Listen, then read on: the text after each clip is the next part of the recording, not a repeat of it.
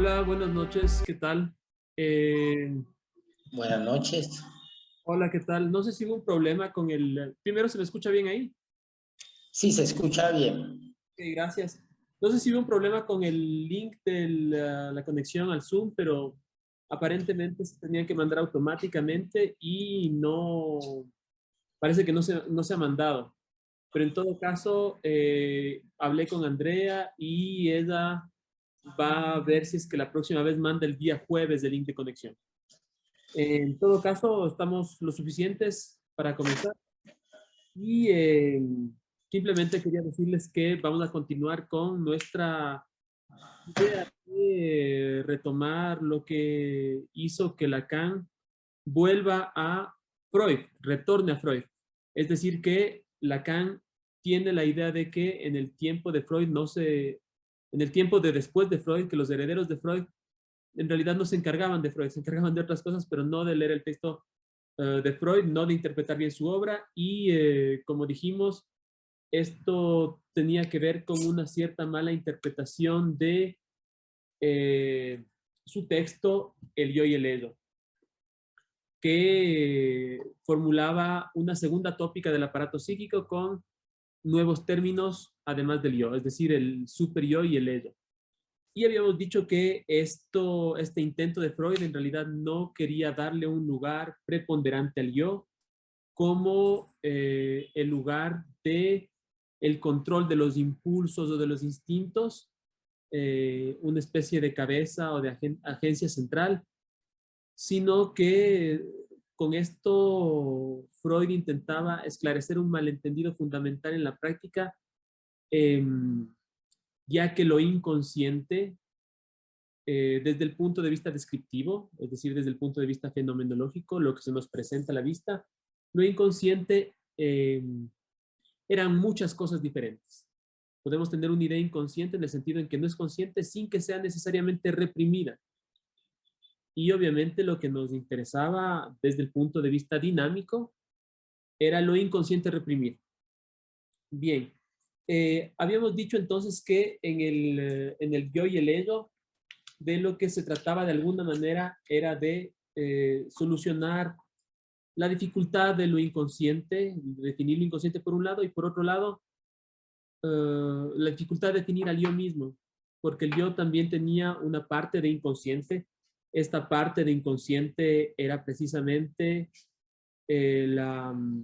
lo que Freud denominaba las resistencias y vamos a hacer un pequeño recorrido por el concepto de resistencias. Pero en todo caso, eh, la idea es que hay una oposición fundamental entre el yo y lo reprimido y desde ahí vamos a partir para entender por qué Freud formula la segunda tópica. Como dijimos, no va a llegar a resolver este problema, pero de alguna manera ese es el sentido de la segunda tópica finalmente.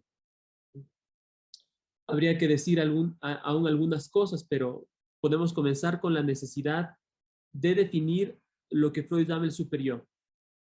Es decir, esta parte del yo que se comportaba como si fuera algo de lo reprimido inconsciente sin ser necesariamente lo reprimido inconsciente. ¿Qué es eso? Eso es básicamente el sentimiento de culpa. El sentimiento de culpa en Freud, antes de explicarse a través del superior, se desarrolla, tiene una cierta historia que data de al menos de 1894, ya desde, es decir, desde antes del siglo XX. Y es algún tiempo de eso, pero lo que dice Freud es que la culpa está relacionada, vamos a decirlo así, con la neurosis obsesiva en primer lugar. El neurótico obsesivo es alguien que nos sorprende un poco al principio, digamos, si no tenemos un presupuesto teórico del inconsciente, nos sorprende un poco porque parecería que se culpa por cosas que son muy raras, sobre las que en realidad no tiene culpa. El paciente se siente muy, muy culpable por dejar, tener la duda de haber dejado la llave del gas prendida. Pues. La llave del gas digamos, abierta.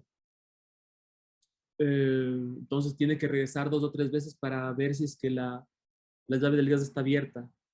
Pero siente mucha culpa por cosas que en realidad no parecerían ser lo suficientemente fuertes, no parecería que son motivaciones que no son lo suficientemente fuertes para entender el grado de culpa que puede tener alguien así. Pero en todo caso, Freud interpreta la culpa como una forma de reproche de prácticas sexuales infantiles, en donde hay, por un lado, eh, como Freud lo va a decir luego en sus 3 ensayos de teoría sexual, una cierta apertura a lo que podríamos llamar con Lacan goce sexual, pero Freud no utiliza ese término, pero en todo caso a una cierta apertura a unas ciertas vivencias sexuales. ¿Por qué? Por el simple hecho de que el niño todavía no tiene configurado lo que vamos a ver que es el superior y que por eso mismo tiene una cierta proclividad a la sexualidad. De hecho, ese es un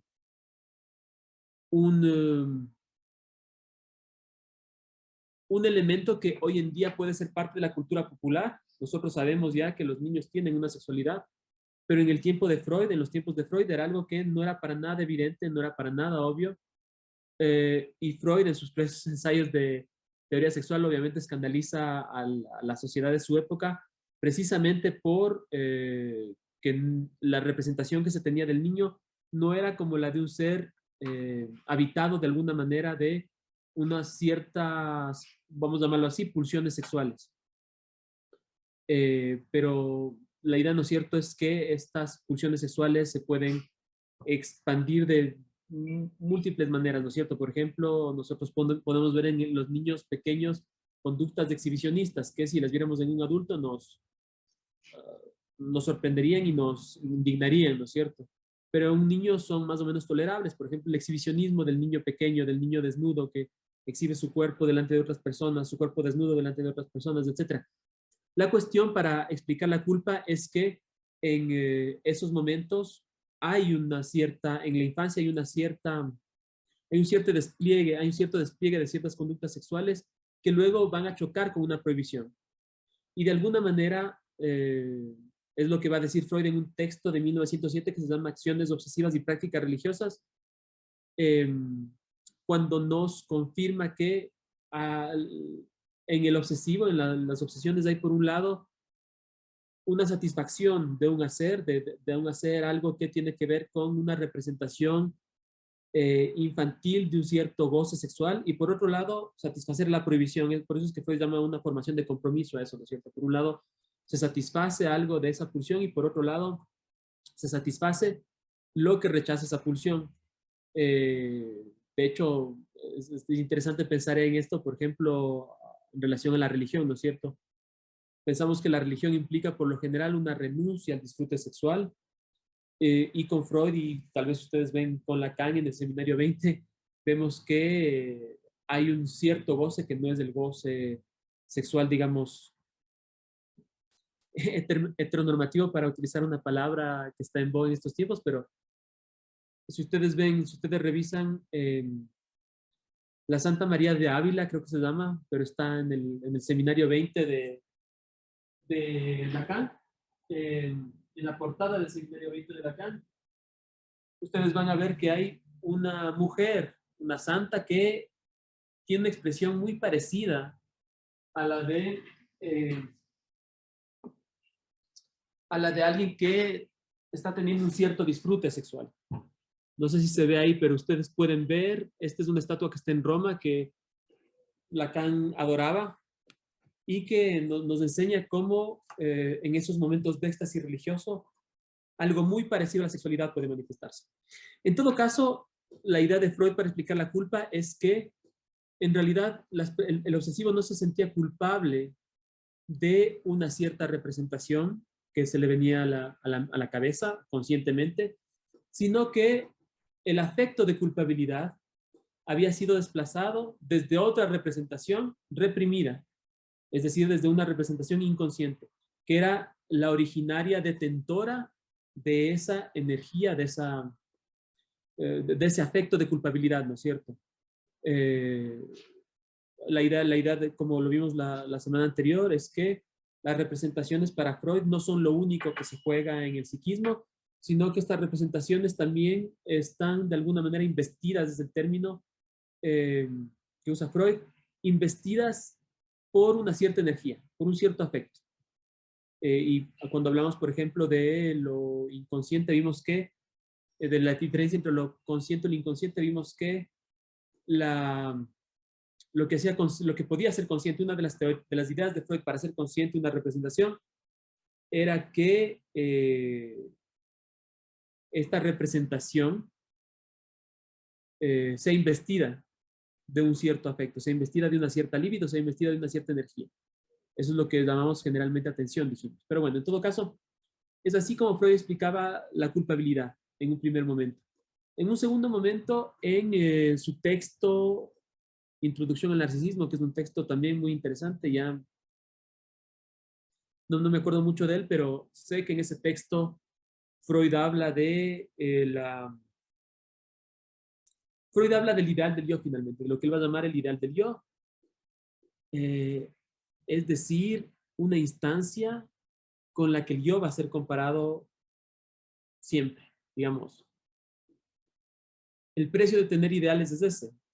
El precio de tener ideales es que uno siempre aspira a algo que, a algo que está por fuera de su versión actual del yo. Y de alguna manera el ideal del yo es lo que nos hace comparar nuestro yo actual con el ideal. Es algo que, por lo cual de alguna manera siempre salimos perdiendo y que en una versión un poco más denigrada puede verse cuando hay algunos pacientes que se preguntan por si son mejores que otras personas, ¿no es cierto? Si es que otras personas son más exitosas, si es que son mejores que uno, etcétera. Obviamente, eso es precisamente el precio a pagar por tener ideales. Pero es este ideal del yo, que es de alguna manera la recuperación del narcisismo infantil en la adultez, la que le provoca al sujeto este sentimiento de una cierta culpabilidad y una cierta inferioridad, etcétera, etcétera. De hecho, Freud dice que esta es la misma voz que, perdón, que el ideal del yo es la misma instancia que produce la censura en los sueños, por un lado, y por otro lado, que es la misma voz que habla en la psicosis.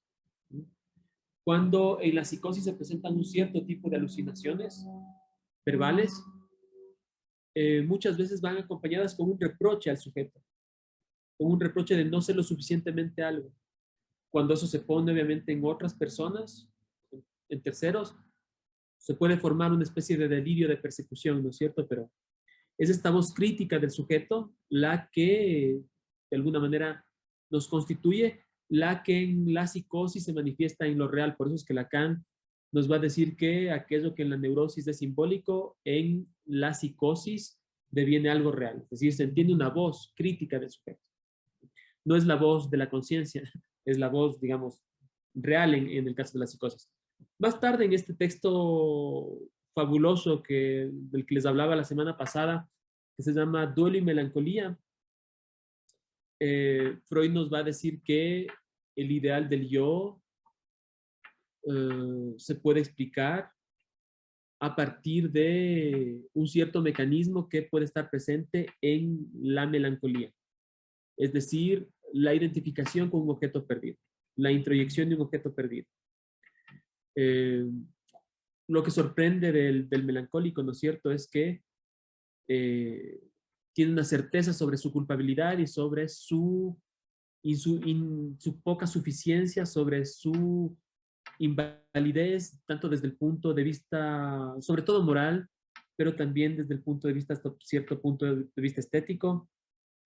Y lo que nos llama la atención es que, a diferencia del obsesivo que duda de su culpa, ¿no es cierto?, sabe que siente el obsesivo sabe que siente ese afecto de culpa, pero sabe que la razón por la que se atribuye esa culpa no es tan clara, y por eso duda de su culpabilidad, de si se debe sentir culpable o no.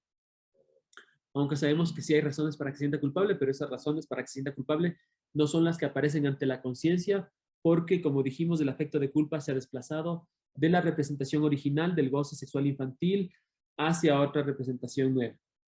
Pero en la melancolía, y esto es muy interesante, hay una certeza de la culpabilidad, porque la identificación con el objeto perdido, el objeto amado y perdido, y por eso es que muchas veces se puede, para Freud es así, para Freud la melancolía hay algo así como una pérdida, que no es una pérdida solamente, por ejemplo, de una ruptura amorosa o de una muerte de un ser querido, puede ser también la pérdida de un ideal, la pérdida del ideal de tener un trabajo, la pérdida del ideal de representarse a través del trabajo, tener un estatus, o de la patria, etcétera.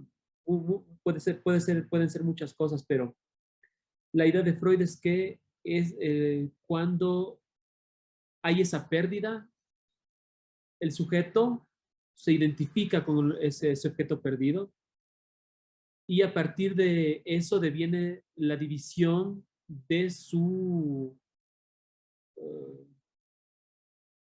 de su reproche entre una parte del yo que se ha vuelto sádica hacia otra parte del yo que se ha vuelto masoquista.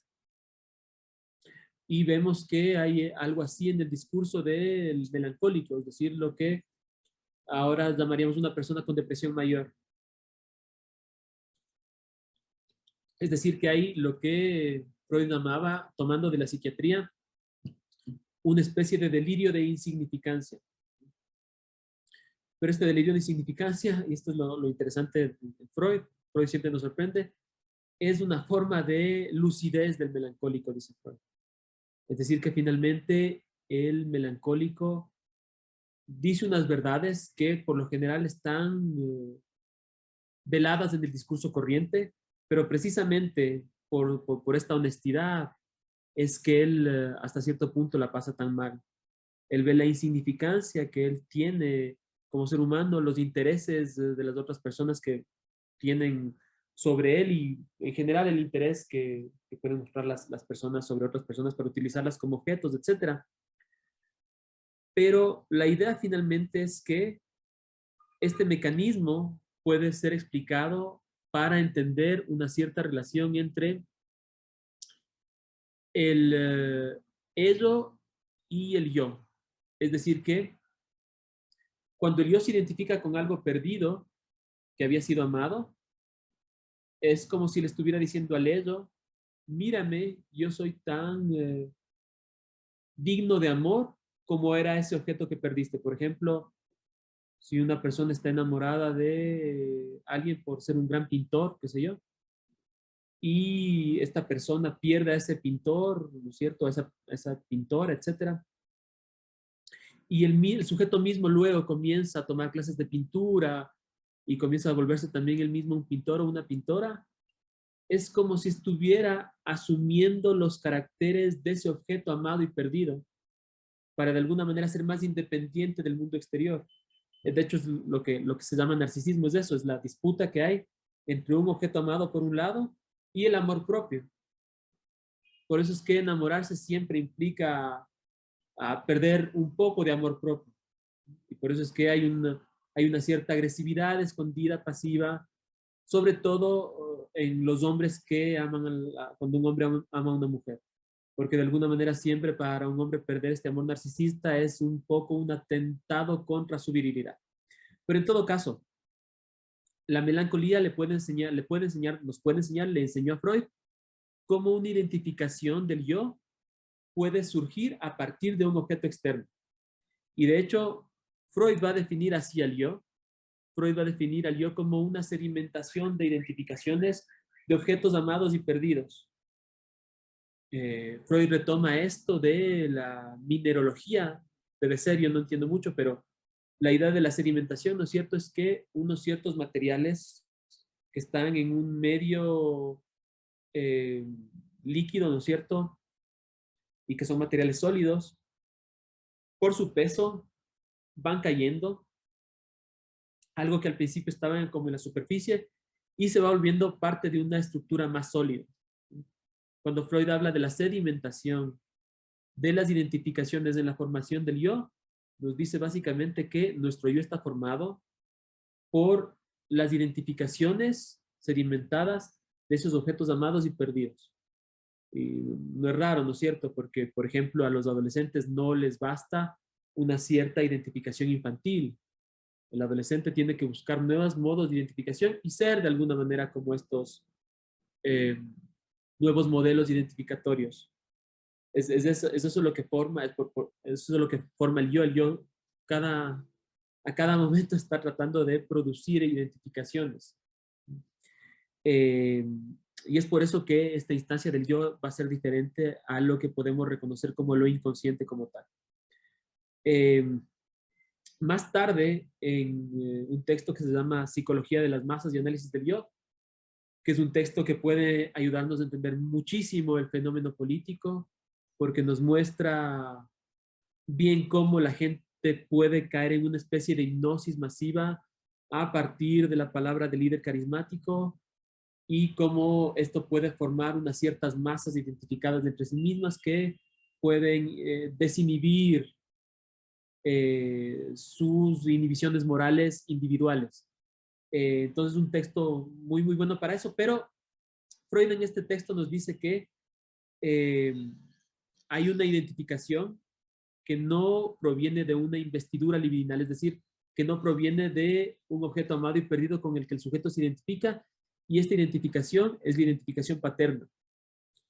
Y además nos va a decir, ¿no es cierto?, que esta es una identificación directa, que constituye por sí misma una especie de ideal. Por eso es que hay una relación, aunque no sea lo mismo, pero hay una relación entre el ideal del yo, el super yo, y la identificación al padre. Vamos a ver, vamos a tratar de detallar un poco esto adelante, pero vemos cómo aquí Freud tiene ya una idea de lo que va a ser su superior, que Freud está desarrollando una idea desde antes de la segunda tópica de lo que va a ser su superior.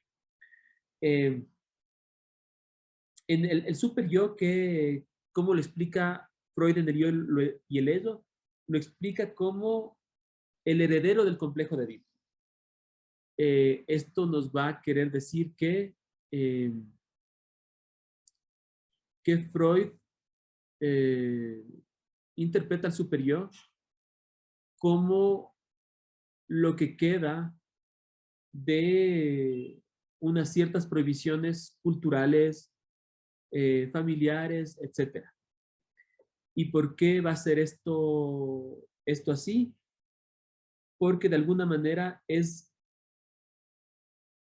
sujeto tiene que identificarse, el niño tiene que identificarse con su padre de una manera muy extraña, muy paradójica.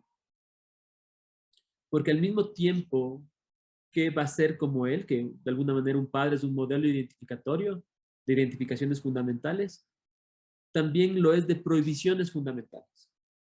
Es decir, que el niño tiene que saber que a papá le está permitido hacer cosas que a él están prohibidas. Y ustedes ven que siempre hay un conflicto con esta prohibición en las familias, ¿no es cierto? El niño no sabe en realidad qué sé yo, que no tiene que estar acostado con la madre todo el tiempo y de alguna manera, tradicionalmente, cada vez menos, pero hay algo que al niño le enseña que hay una prohibición en relación al acceso a ver, a tocar ciertas partes del cuerpo de su madre, del cuerpo de su padre, etcétera, etcétera. Y eso es de alguna manera lo que nos enseña Freud aquí.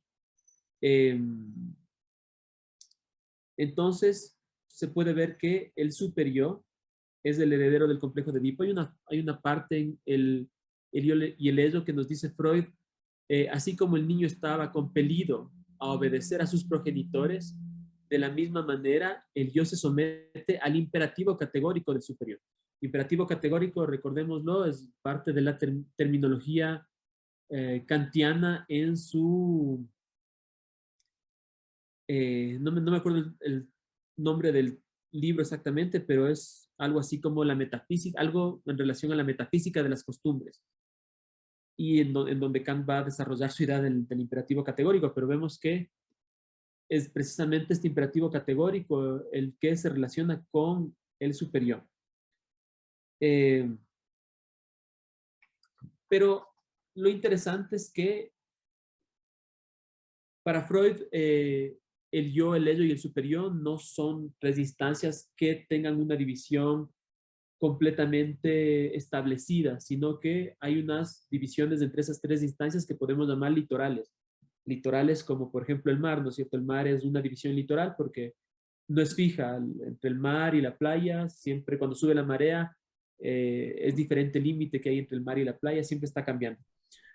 Asimismo es la relación entre el yo y el superior, porque Freud, a diferencia de lo que nos enseñan los libros de texto de introducción a psicoanálisis, nos dice que el ello, el yo se puede formar a partir del ello, porque el yo no es más que una parte del ello que entra en contacto con la realidad exterior a través del sistema percepción-conciencia, pero que muchas experiencias del yo, si son marcadas con suficiente intensidad, podrán devenir partes del ello. Y que cuando el yo forma su superior, de alguna manera trata de basarse en el ello para formar su superior. De alguna manera hay una relación entre el superior y el ello. Freud termina por decir en el yo y el ello que el yo va a devenir el representante del mundo exterior y el superior va a devenir un representante del ello. De alguna manera el superior tiene una relación más cercana a la conciencia que el ello, por eso puede representarlo, pero ustedes ven aquí que hay una idea que no es la que se ve en la cultura popular cuando se habla del yo y el yo, el ello y el superior, en donde se ve al superior como una especie de autoridad y al ello como todo lo contrario, como una especie de instancia completamente desenfrenada de pulsiones. Y la verdad es que no, o sea, si ustedes leen a Lacan va a llegar a decir que no hay nada que nos haga gozar que no sea el superior. Entonces, no están tan separadas estas dos instancias, no es al menos para Lacan no es esa la lectura que debemos hacer. Y por otro lado, también, como dijimos antes, el yo que puede como oponerse al ello, tratar de negarle ciertas satisfacciones al ello, porque estas satisfacciones estarían en contradicción con las prohibiciones que impondría la realidad a partir de la cual se forma el superior. Este mismo yo que parecería estar en contraposición al ello, dijimos, también puede ayudarle a tramitar ciertas excitaciones, haciéndose parecido a los objetos amados, es decir, identificándose, como dijimos, con ciertos objetos amados y perdidos. El peligro de esta identificación, por supuesto, es la melancolía y esto le expone al yo al peligro de la parte sádica, ¿no es cierto?, del superior, e incluso le expone a la muerte de esa manera. Porque cuando el yo se identifica y proyecta a ese objeto amado y perdido, eso que se vuelve insoportable para el melancólico es el mismo, porque toda la agresividad, digamos así, que puede tener una persona contra, qué sé yo, su expareja, no se destina a su expareja, sino que se destina a sí mismo. Y entonces la persona se comienza a culpabilizar y se comienza a ser absolutamente insignificante, pero en realidad, no, si esto nos parece tan raro, es precisamente porque esos rasgos por los que esta persona se culpa y se denigra son los rasgos extraídos del objeto amado y perdido. Qué sé yo, si una persona tiene una pareja que solo le interesa el dinero y después pierde esa pareja y esta persona dice, bueno, todos somos unos miserables, a todos solo nos interesa el dinero, a mí también solamente me interesa el dinero y por eso no valgo nada, es de alguna manera por intentar que el ego pueda satisfacerse a través del yo. Y ese es el peligro finalmente de la identificación que puede surgir, ¿no es cierto? En otros casos funciona de mejor manera y la persona puede identificarse de una manera en la cual no se exponga al peligro de la muerte. Pero en todo caso, eso aquí podemos concluir con nuestra pequeña introducción a la segunda tópica y podemos tratar de matizar un poco cómo es que Freud llega a formularla y qué quiere decir Freud cuando la formula. Vamos ahora a lo que los llevó a formular esta segunda tópica. Es decir, de alguna manera, lo que Freud va a exponer en el yo y el ello, pero que proviene sobre todo de su más allá del principio del placer, que es un texto de 1920, en donde claramente va a poner al yo contra lo reprimido. Déjenme ver si les puedo compartir la pantalla.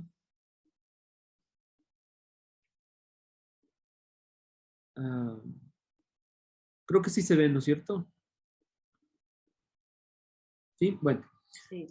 Podemos leer ahí la última parte, ¿no es cierto? Dice, lo inconsciente, vale decir lo reprimido, no ofrece resistencia alguna a los esfuerzos de la cura.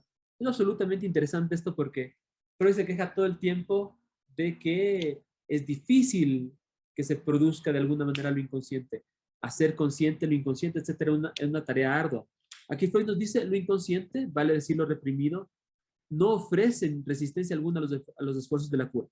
Es complicado, hay que matizar esto y seguramente, si es que leemos el Lacan más tardío, va a matizar esto, pero en este momento de la introducción que hace Lacan a Freud, esto le sirve mucho porque dice finalmente, lo reprimido no tiene que ver con las resistencias. La resistencia en la cura, dice Freud, proviene de los mismos estratos y sistemas superiores de la vida psíquica que en su momento llevaron a cabo la represión. Es decir, que por un lado están los estratos superiores de la vida psíquica que llevaron a cabo la represión, y por otro lado está el contenido de lo que se reprimió, de lo que fue reprimido. ¿Hay alguien que tiene el micrófono encendido para que por favor lo apague? Entonces, sigue Freud, pero dado que los motivos de las resistencias, y aún estas mismas, son al comienzo inconscientes en la cura, recordemos esa distinción que hicimos, ¿no es cierto?, entre lo inconsciente en el sentido dinámico y entre lo inconsciente en el sentido descriptivo. Aquí está hablando Freud obviamente en el sentido descriptivo, pero dado que esas resistencias son al comienzo inconscientes, esto nos advierte que hemos de salvar un desacierto en nuestra terminología. Eliminamos esta oscuridad poniendo en oposición no ya lo consciente o lo inconsciente. Ese es un término que oscurece un poco la cosa, sino el yo coherente por un lado y lo reprimido por el otro. Después vemos que Freud fracasa después de esto, más allá del principio del placer, Freud fracasa en el yo y el ello porque no alcanza a establecer esa diferenciación entre el yo coherente y lo reprimido. ¿Podemos decir que lo reprimido es el ello? Sí, pero el yo coherente equivale, por ejemplo, al yo de la segunda tópica, equivale al yo del narcisismo, lo reprimido no tiene nada que ver con el superyo. Entonces algo un poco complejo, pero esta era la intención de Freud y este es el momento que va a rescatar Lacan para tratar de entender qué es lo que finalmente Freud quería hacer. Entonces eso es lo que nos dice Freud en el más allá del principio del placer, que es una obra de 1920, como les decía, y que hasta cierto punto pone de un lado el yo y las resistencias para poner del otro lado a lo reprimido inconsciente, representado sobre todo por la compulsión de repetición.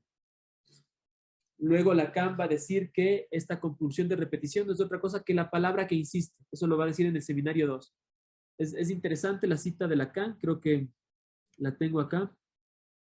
Sí, Lacan indica que se trataba de establecer una línea de clivaje, una línea de división, no ya entre lo consciente y lo inconsciente, sino entre, por una parte, algo que está reprimido y solo tiende a repetirse. Y ahí Lacan suma algo que es muy importante y es ya el toque que Lacan le va a dar a esta forma de leer a Freud y dice, es decir, la palabra que insiste. La palabra que insiste es lo que está reprimido y lo que tiende a repetirse. Vemos aquí que Lacan va a interpretar la repetición como una repetición fundamentalmente simbólica. Luego Lacan no va a tomar así la repetición. Les digo, nosotros no vamos a alcanzar a llegar a ese punto, pero sepamos que este es un momento de la enseñanza de Lacan y como dijimos, Lacan no siempre se refiere a los términos de la misma manera. Por eso dijimos que tomábamos partido por la lectura que hace Jacques Alain Miller y que es propia si se quiere, de su interpretación. Hay otras asociaciones, instituciones lacanianas también que se basan en Lacan y que retoman lo que dice Lacan. Incluso hay otras versiones de los seminarios, porque se critica mucho a Jacques Alain Miller por tener los derechos sobre los seminarios de Lacan. Y, bueno, hay unas historias un poco oscuras ahí, pero más allá de esa chismografía, ¿no es cierto? Que si es que como diría la señora Rudinesco, si es que Jacques Alain Miller le hizo firmar, dice qué cosas a Lacan cuando Lacan supuestamente estaba muy enfermo. Más allá de esa chismografía, ¿qué es lo que puede caracterizar la lectura de Jacques Alain Miller sobre la obra de Lacan, sobre los trabajos de Lacan, sobre la enseñanza lacaniana? Es que es una lectura que divide a Lacan en momentos diferentes. Y habla de este Lacan, por ejemplo, que estamos viendo ahorita, que nos habla de la repetición como algo simbólico. Luego Lacan podrá variar y podremos ver que hay una versión real también de la repetición. Pero esos pasos hay que hacerlos para no confundirnos. Bueno, en todo caso, nos dice qué es la repetición, la palabra que insiste. Eso está por un lado, una palabra que insiste, y por otro lado está algo que está organizado de otra manera, que es el yo. Esa es la división fundamental de más allá del principio del placer, que Freud por alguna razón no la conservó de esa manera, que Lacan la va a retomar, pero que nos explica qué es lo que estaba tratando de hacer Freud en la construcción de su segunda tópica. ¿Qué implicaba, de cualquier manera, en qué contexto se encontraba su más allá del principio del placer? Se encontraba en podemos pensarlo como una crítica de su concepción energética de inicios de su trabajo. ¿Por qué? Porque Freud pensaba que al inicio, ¿no es cierto?, las cosas se explicaban a través del principio del placer y del principio de realidad. Eso era lo que se oponía. Principio del placer, principio de realidad. Y vemos que en realidad no se oponían tanto. Hay una lectura que los opone, pero la lectura de Freud no es así. El principio del placer no deja de existir en el principio de realidad. El principio de realidad es hasta cierto punto una continuación del principio del placer por otros medios, así como la guerra es una continuación de la política por otros medios, como dice alguien que no me acuerdo, pero es alguien que habla de la guerra.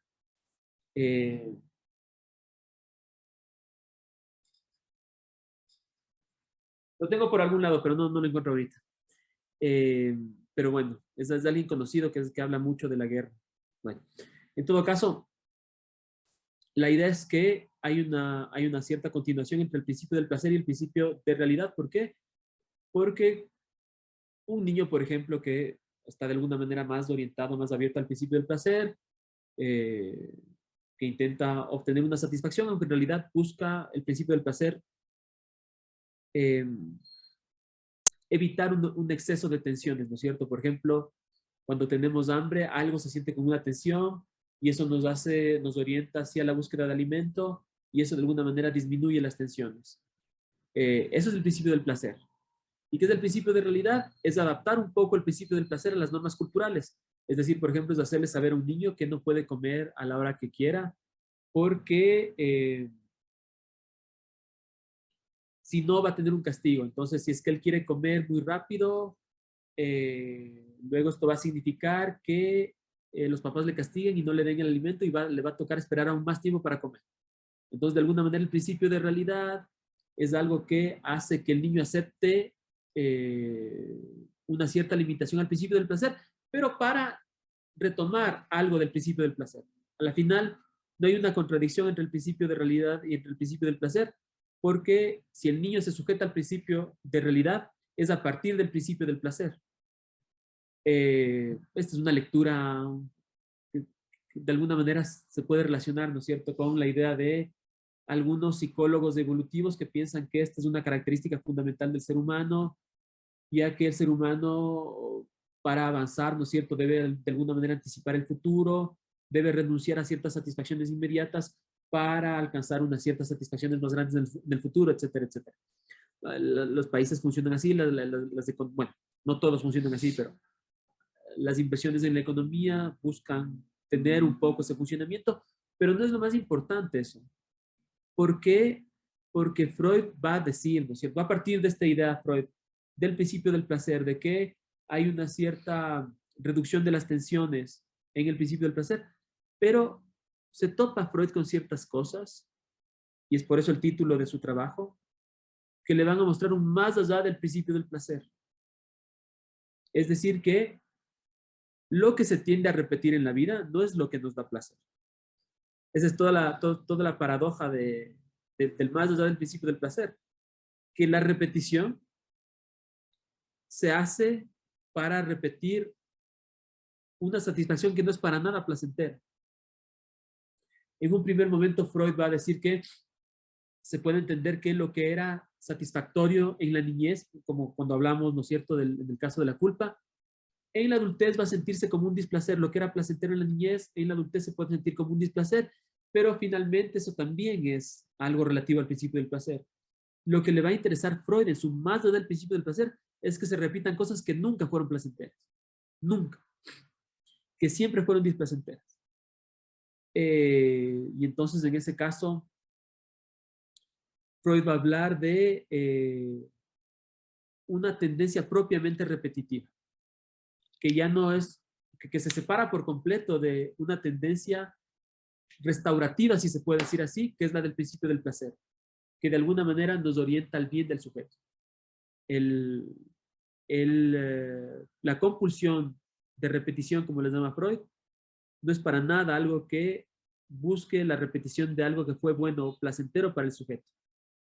Y es por eso que hay una nueva división funcional también. Esto también hay una modificación en la teoría de Freud, porque Freud antes separaba las pulsiones entre pulsiones del yo y pulsiones de autoconservación. Pero Freud se da cuenta que el más allá del principio del placer, la compulsión de repetición, parecía repetir algo de la sexualidad en ciertos casos, ¿no es cierto? Como por ejemplo en el masoquismo, que antes eran pulsiones sexuales, pero que finalmente tiene una cierta crueldad implícita y eso era perteneciente a las pulsiones del yo. Y entonces la división, pulsiones del yo, pulsiones sexuales, ya no le sirve mucho a Freud. ¿Y qué va a promocionar luego de su más allá del principio del placer? La división entre eros y tánatos, es decir, la división entre pulsiones de vida y pulsiones de muerte. Pulsiones de muerte animadas por esta compulsión a la repetición, en donde Freud ya ve algo que es completamente independiente del principio del placer. ¿Y qué es esto que es independiente del principio del placer? Son varias cosas, pero Freud lo pone en los términos de, por ejemplo, lo que sucede con los sueños. Por eso es que va a matizar un poco su formulación de la interpretación de los sueños, en la que concebía los sueños como una realización del deseo. Que sin duda tiene validez para muchos sueños, pero que para los sueños de las neurosis traumáticas, las neurosis de guerra, como se les conocía en ese tiempo, o como se les llaman ahora el síndrome de estrés postraumático, ¿no es cierto?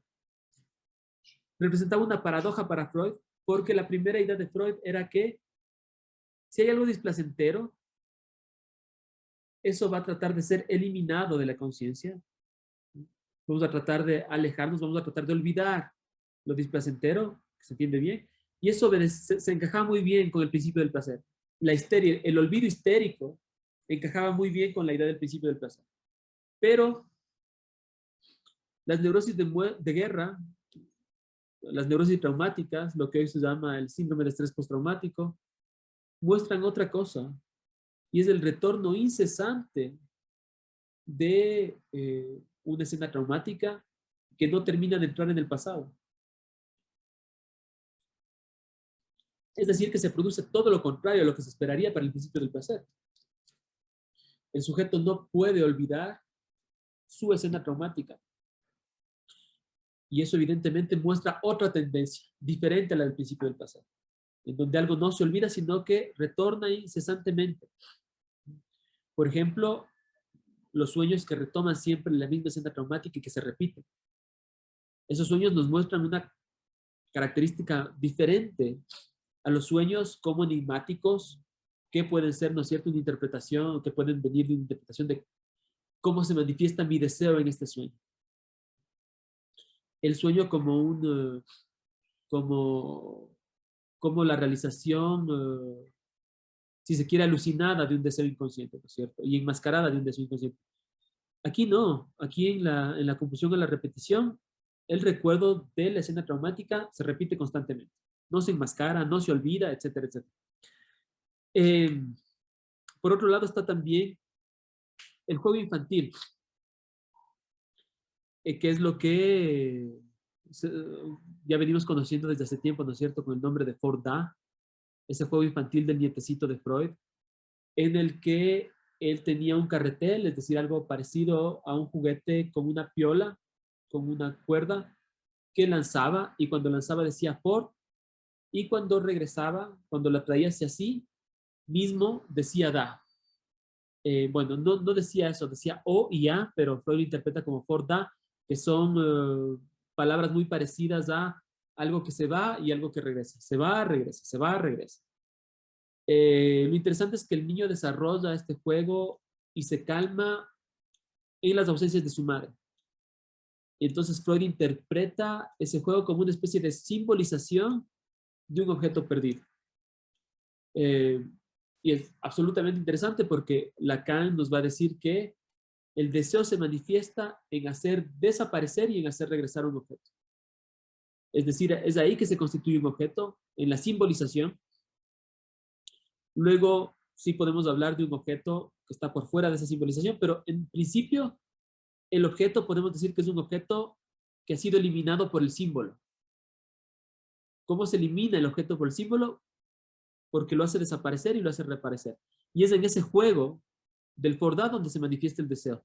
Por eso es que vemos que algunas parejas, por ejemplo, para que puedan reanimar algo de su relación, se ven obligadas a,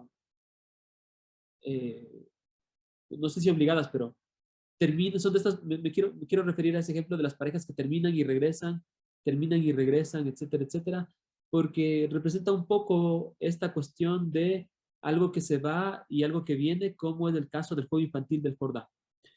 En todo caso, eso le muestra a Freud algo que también está más allá del principio del placer, porque de alguna manera el niño comienza a jugar a partir de la ausencia de su madre.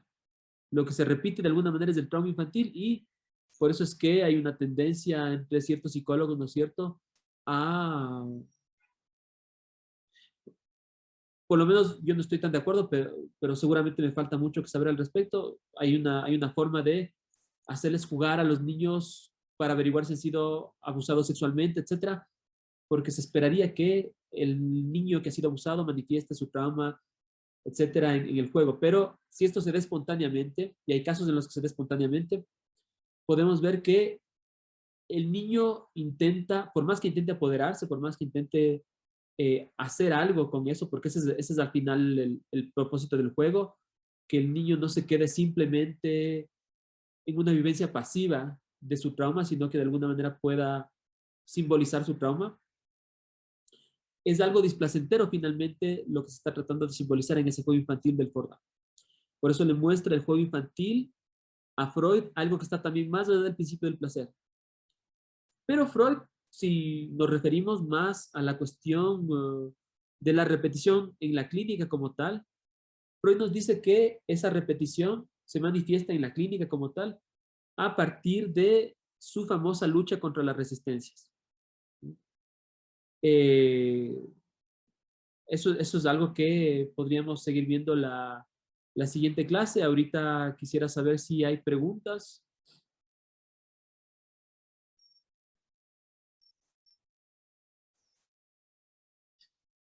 Porque podemos tener unos 10 minutos de preguntas o podemos tener unos 10 minutos más de clase, pero si hay preguntas sería mejor hacerlas ahorita.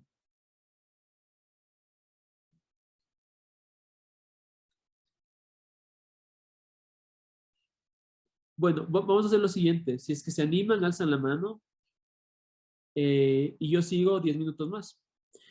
Entonces les decía, ¿no es cierto?, que esta repetición se manifiesta en la clínica a partir de la lucha contra las resistencias. Pero, ¿cómo se manifiesta la lucha contra las resistencias en general en la teoría de Freud? Porque pareciera que Freud en un momento no se ocupa de las resistencias y luego vienen las resistencias y ahí es cuando Freud comienza a cambiar su técnica y a partir de esta interpretación de Freud vienen los postfreudianos a decirnos que en la cura de lo que se trata es de luchar contra las resistencias y nada más. Y precisamente el problema de la resistencia vemos que está presente desde el comienzo en la obra de Freud. De hecho, Freud ya divide Freud cuando ya comienza a trabajar con pacientes, antes incluso de utilizar el psicoanálisis propiamente dicho, cuando utilizaba lo que se llamaba la cura por abreacción, es decir, la utilización de la hipnosis para de alguna manera poder ensanchar la memoria del paciente y obtener un recuerdo traumático que produciría un movimiento catártico que finalmente haría que la representación reprimida o la representación, no recuerdo si utilizaba Freud la terminología de represión en ese momento, pero en todo caso la representación reprimida se una con su afecto, con el afecto del que había sido desprendido en el proceso represivo, para que pueda producirse esa descarga, esa catarsis, que tiene que ver con esta concepción energética que tenía Freud, que finalmente producirá una cesación de los síntomas. ¿Qué es la hipnosis ahí? Es una forma para Freud de ensanchar la memoria del paciente, es decir, una forma de eliminar la resistencia. Eso, Freud no utiliza obviamente la hipnosis para que la gente deje de fumar o para que baje de peso.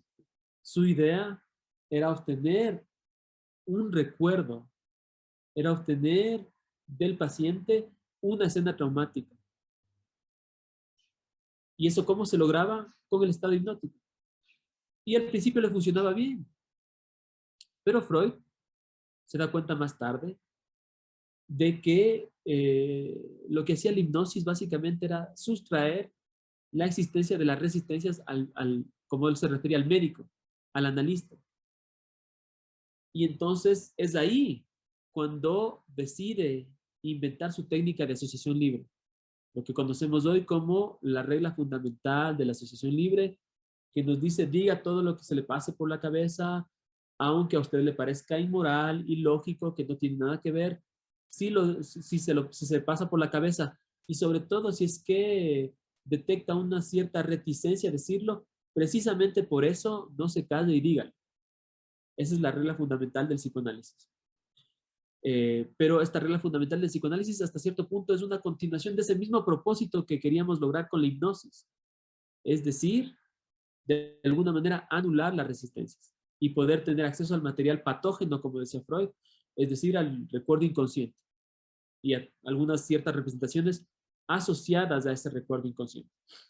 En todo caso, en más allá del principio del placer, Freud divide su forma de abordar la técnica terapéutica. Freud utilizaba el término tratamiento su forma de abordar el tratamiento en 3 etapas. En la primera etapa, ¿de qué se trataba? Se trataba de colegir, dice Freud, esa es la palabra que está en las obras completas de Amor Ortu, que es la mejor traducción que tenemos de Freud. Y dice colegir, habría que ver el término en alemán, pero colegir puede estar muy relacionado con el término de deducir.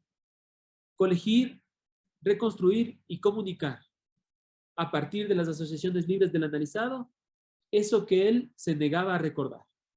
Primer momento. Segundo momento de más allá del principio del placer. De alguna manera lo que se buscaba era que ese recuerdo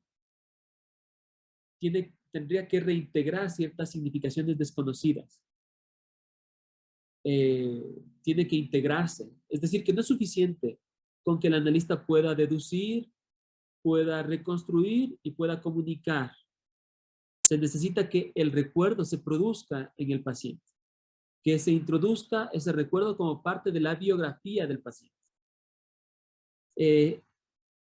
¿Por qué es esto? Vamos a tratar de explicar un poco. Pero en un texto que se llama Psicogénesis de un caso de homosexualidad femenina, que es de 1920 también,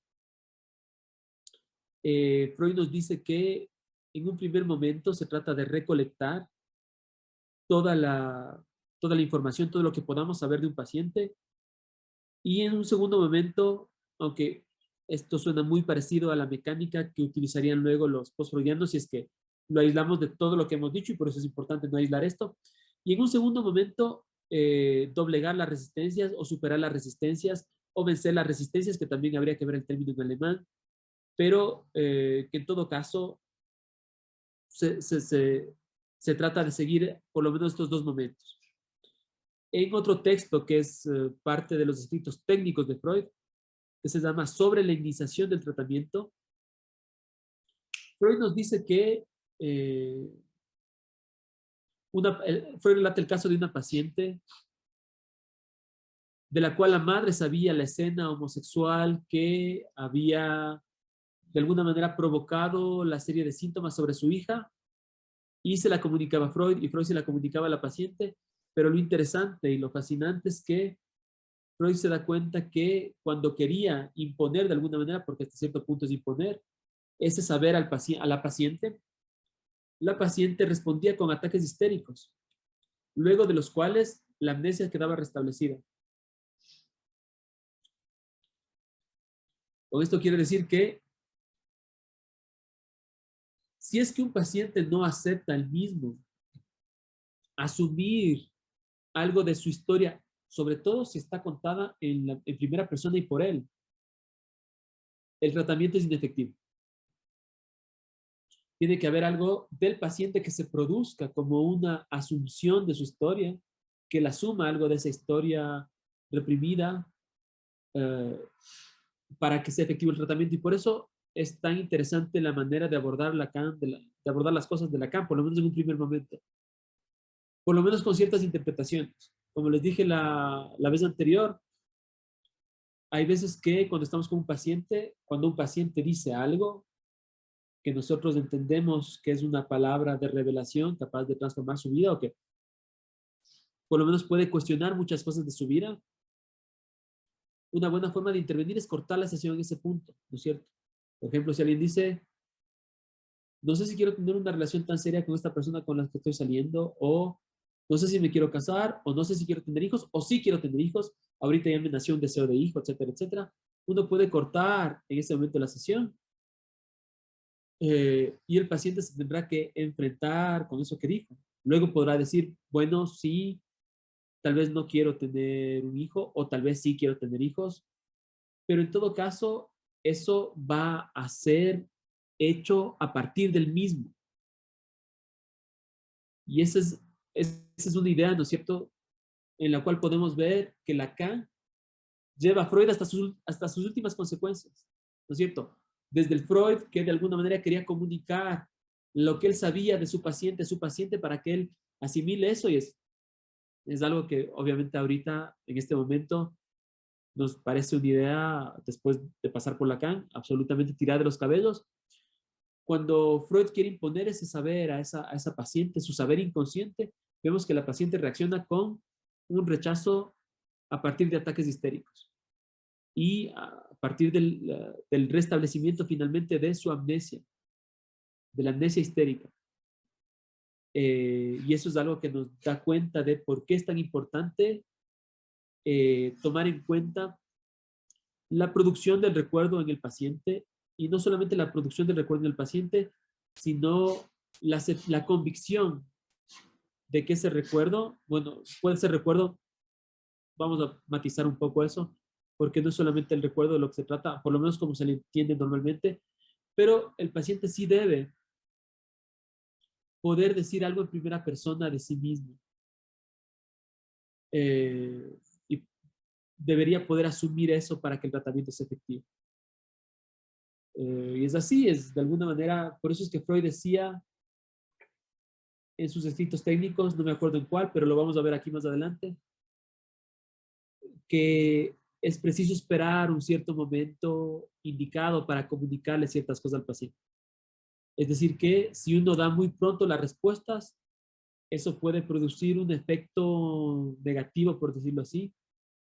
Es decir, que el paciente se puede ir porque nunca es agradable sentir que se nos impone algo, por un lado, y por otro lado, porque a veces sí pueden producirse supresiones sintomáticas, es decir, que los síntomas desaparecen muy rápidamente, y eso también puede hacer partir a los pacientes muy rápidamente también, sin que se le dé el tiempo suficiente de que persista un cierto malestar que siga animando al paciente a ir a las sesiones. Entonces, hay que tener un sentido fundamental del tiempo aquí. Luego vamos a hablar un poco más extendidamente, tal vez la siguiente sesión o en 2 sesiones más, pero vamos a hablar un poco más extendidamente de lo que es el tiempo en psicoanálisis. En todo caso, vemos que para Freud era importante que la comunicación, ¿no es cierto?, del analista, no debe ser importante que no pensemos esa comunicación como algo que va a producir efectos inmediatamente, sino como algo que si es correcto, va a producir, o si es correcto, o si es incorrecto aún más, va a producir primero unas ciertas resistencias en el enfermo y luego va a producir el recuerdo esperado. Si era correcta la interpretación, va a convocar a resistencias primero, pero luego va a venir la producción del recuerdo esperado. Y más que el recuerdo, también la convicción del paciente. Vemos entonces que es importante tener este sentido dialéctico, ¿no es cierto? Que no se trata solamente de que el analista diga cosas, sino se trata de que el paciente pueda aceptarlas también. No como una simple aceptación de alguien que dice las cosas porque, no como la aceptación de alguien que acepta las cosas porque otro a quien admira las dice, porque ahí estamos en el plano de la pura sugestión, que tiene su importancia porque luego vamos a ver que tiene que ver mucho con la transferencia, pero eso no es el psicoanálisis. Es decir, que de alguna manera el poder de la sugestión, el poder de la transferencia, solo aparece en análisis, y esta es toda la paradoja, cuando el analista renuncia a usar ese poder. En todo caso, cuando Freud escribe la negación 5 años más tarde, 5 años más tarde, 5 años después del, más allá del principio del placer, vemos que dice que es paradójico la forma en cómo puede haber una relación entre una aceptación de lo reprimido por un lado, pero no una aceptación de lo reprimido, pero una manifestación de lo reprimido que no es una aceptación realmente. Por ejemplo, en la negación, cuando Freud habla de la negación, ¿no es cierto? Esta típica, este típico primer momento, si se quiere un primer momento dialéctico, en donde un paciente dice, por ejemplo, yo no quiero hacer igual que mi papá en la vida, yo quiero ser muy diferente de mi papá, yo no quiero ser como mi papá. Y luego, por ejemplo, el analista corta la sesión ahí, y luego el paciente comienza a pensar, ¿no es cierto?, cuando ya sale de la sesión, y dice, bueno, tal vez sí quiero ser un poco como mi papá, etcétera, etcétera, y yo me lo he estado negando porque he visto esta imagen muy mala, pero tal vez sí quiero tener algunos rasgos, etcétera. Es solamente un ejemplo para entender cómo se puede dar esta cuestión de la negación, que un no, a diferencia de lo que pueden entender ciertos movimientos de lo políticamente correcto, un no en psicoanálisis no siempre es un no. Hay nos que con una cierta dialéctica pueden querer decir sí, pero lo importante de la negación es que puede haber momentos en donde hay una cierta supresión de la represión sin que haya necesariamente una admisión de lo reprimido como tal. Cuando decimos, por ejemplo, cuando el paciente decía, ¿no es cierto?, yo no quiero ser con mi papá, ahí lo reprimido se manifiesta a condición de que venga marcado por el no. Y ahí sabemos que hay una manifestación de lo inconsciente porque lo inconsciente no tiene una traducción directa en el discurso consciente. Solamente se puede manifestar a partir del no. Cuando alguien dice, no quiero de alguna manera estudiar esta carrera que me gusta tanto, pero que no me atrevo a dar ese paso, etcétera, pero yo no quiero. Sabemos que estamos en el terreno de la negación, es un poco como decía el chavo, al cabo que ni quería. Es algo así, es un ejemplo bueno de negación. Pero en todo caso, vemos que pueden haber momentos en donde se manifiesta lo de lo reprimido sin que venga acompañado una aceptación de lo reprimido como tal, ¿no es cierto? O puede haber momentos también, y esto es una forma de la negación también, en donde se acepte lo reprimido, pero de una manera puramente intelectual. Cuando nosotros, ¿no es cierto?, que a veces podemos ser un poco arrogantes, comunicamos algo al paciente y el paciente nos dice sí, que sí puede ser, etcétera, etcétera, pero no lo cree en el fondo realmente. Ahí podemos ver que ahí puede haber una admisión de lo reprimido, pero no una supresión de la represión. Y por eso es que la negación es tan interesante, ¿no es cierto?, porque nos puede representar momentos de supresión de la represión sin admisión de lo reprimido, como momentos de una admisión intelectual de la represión sin supresión de la represión como tal. En la iniciación, sobre la iniciación del tratamiento, que es un texto de los escritos técnicos de Freud, que son más o menos de la mitad del siglo XX, más o menos desde 1911 hasta 1914, etc.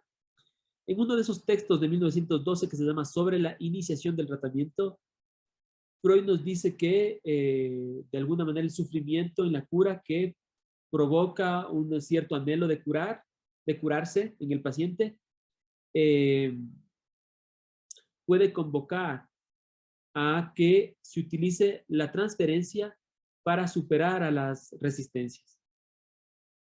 La transferencia es un término que Freud lo desarrolla a partir de ciertos fenómenos que él ve en la clínica. Por ejemplo, él ve que pacientes de él se enamoran de él sin tener ningún conocimiento sobre él. Ve que algunos médicos, y Charcot era así, Charcot era una personalidad en París, Charcot el maestro de Freud, maestro hasta cierto punto porque Freud tampoco estuvo muy de acuerdo con la hipnosis. Al final no estuvo de acuerdo ni con la hipnosis que Charcot practicaba, ni siquiera con la que él practicaba. Pero ve que habían fenómenos muy interesantes en pacientes histéricas que se curaban prácticamente por tener una relación con el médico, ¿no es cierto? Es decir, que, y sabemos esto a partir del efecto placebo, que cuando uno cree en un médico, los efectos terapéuticos son mejores. Por eso es que los estudios clínicos que se hacen con ciertos medicamentos tienen que hacer grupos de control, ¿no es cierto? Un grupo que se le da un placebo para ver cuáles son los efectos y otro grupo que se le da el medicamento verdadero para aislar los posibles efectos placebos, es decir, la posible transferencia del médico finalmente.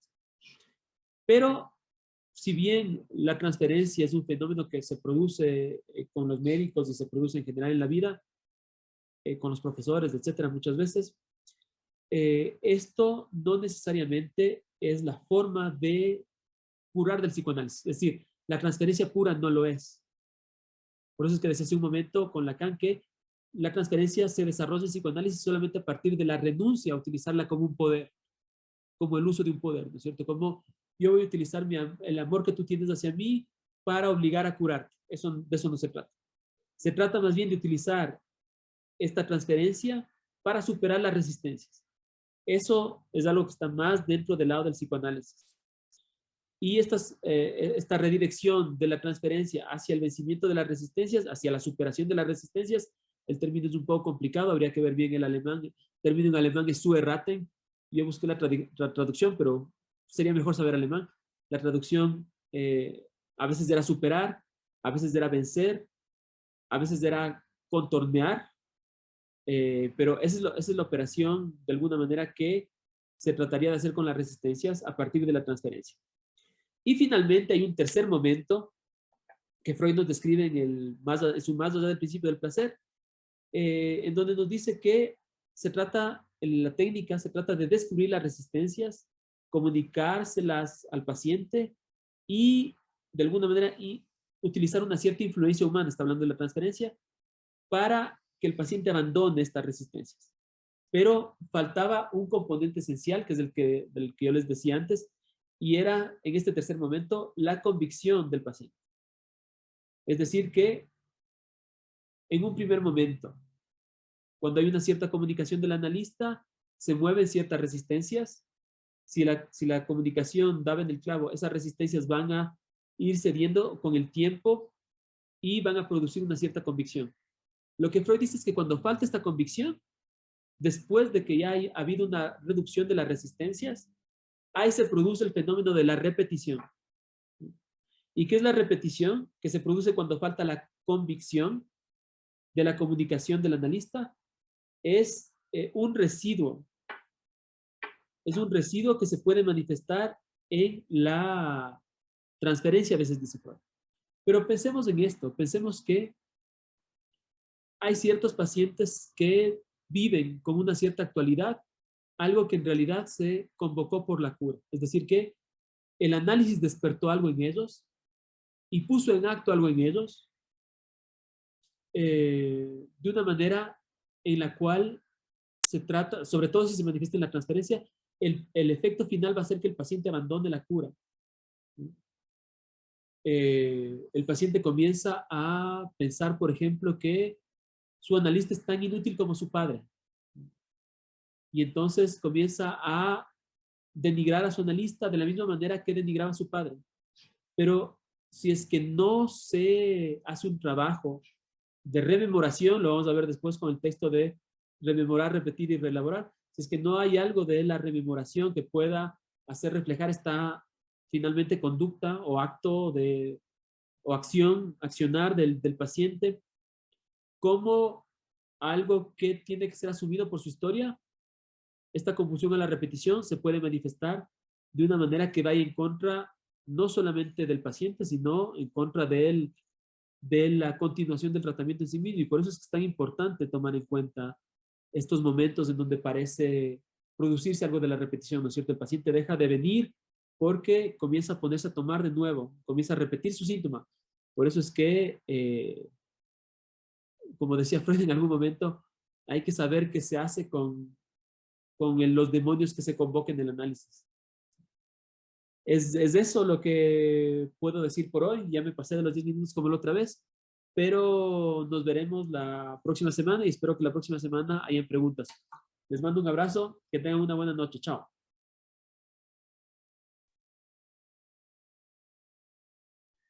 Gracias, gracias. Muy amable, excelente la Muchísimas exposición. gracias. Gracias también. Muy Muchas amable. gracias. Muchísimas gracias, doctor. Muy amable. Gracias. Muchas gracias. Chao. Bueno.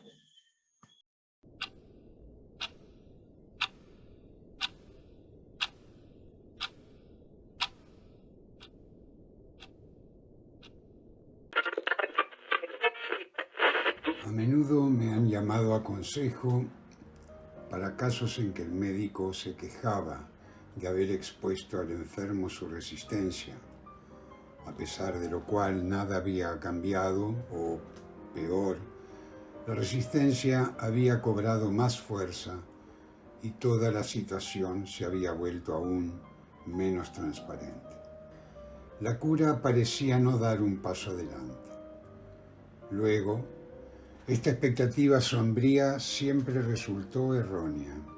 Por regla general, la cura se encontraba en su mayor progreso, solo que el médico había olvidado que nombrar la resistencia no puede producir su cese inmediato. Es preciso dar tiempo al enfermo para enfrascarse en la resistencia, no consabida para él, para reelaborarla, vencerla, prosiguiendo el trabajo en desafío a ella y obedeciendo a la regla analítica fundamental.